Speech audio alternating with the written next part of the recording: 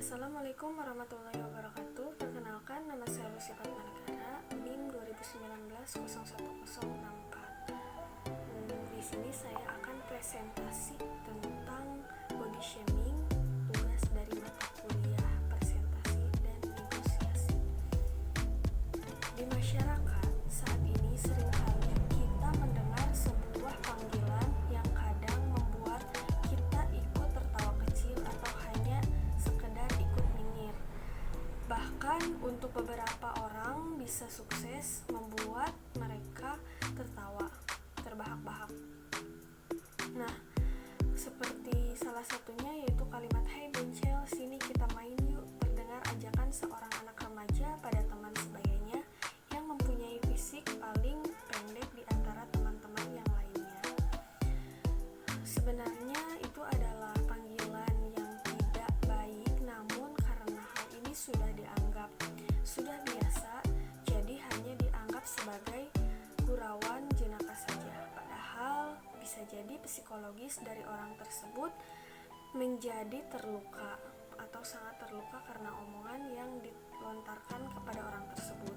Sekarang ini muncul istilah body shaming yang dideskripsikan sebagai perilaku mengomentari masalah fisik dan penampilan seseorang.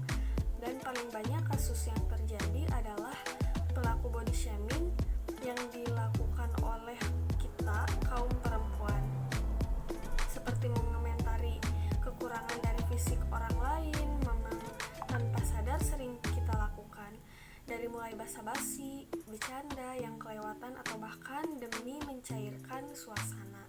Padahal sebenarnya kebiasaan buruk ini tidak baik dilakukan terus-menerus. Mungkin yang menjadi salah satu fakta orang adalah karena ketidaktahuan mana yang boleh dikomentari dan mana yang tidak boleh dikomentari.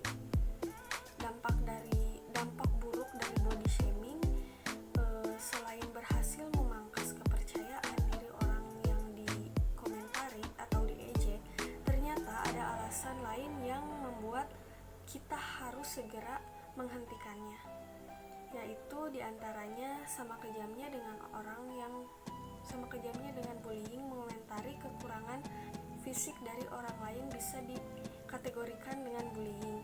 Meski kita tidak melakukan kontak fisik yang merugikan, namun apa yang kita lakukan sudah termasuk bullying secara verbal.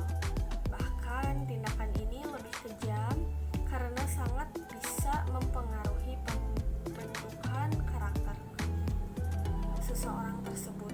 Yang kedua, bisa membuat orang lain semakin tidak percaya diri dan stres. Komentar bernada negatif kita sanggup membuat kepercayaan diri orang lain menghilang. Bahkan hal ini bisa berpengaruh buruk dan mengendap selamanya pada diri orang-orang itu. Nah, bahkan hingga akhirnya bisa membuat dia mengurung diri dan stres karena terlalu insecure terhadap penampilan fisiknya. Lalu orang tersebut menjadi korban body shaming sangat mungkin bisa menyebabkan seseorang mengalami gangguan jiwa atau gangguan mental, sehingga mendorong mereka untuk menyakiti diri sendiri yang dilakukan dengan sengaja. Bahkan bisa lebih parah lagi jika terlalu sering mendapat perlakuan tidak menyenangkan yang berkaitan dengan hinaan fisik. Seseorang bisa saja memutuskan untuk mengakhiri hidupnya. Nah, jadi kita harus mengubah ya, jangan sampai body shaming lagi. Tidak ada manfaatnya juga untuk kita, tidak ada manfaat yang baik yang bisa ditemukan dari kebiasaan mengomentari atau mengejek fisik orang lain ini. Mengapa? Karena kita semua harus menyadari bahwa manusia itu adalah ciptaan Allah. Itu mempunyai kelebihan dan kekurangannya masing-masing. Bisa jadi kekurangan yang ada di mereka menjadi kelebihan di diri kita. Begitupun sebaliknya.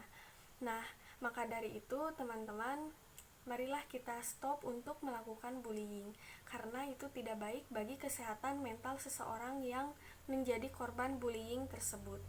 Cukup sekian presentasi dari saya. Wassalamualaikum warahmatullahi wabarakatuh.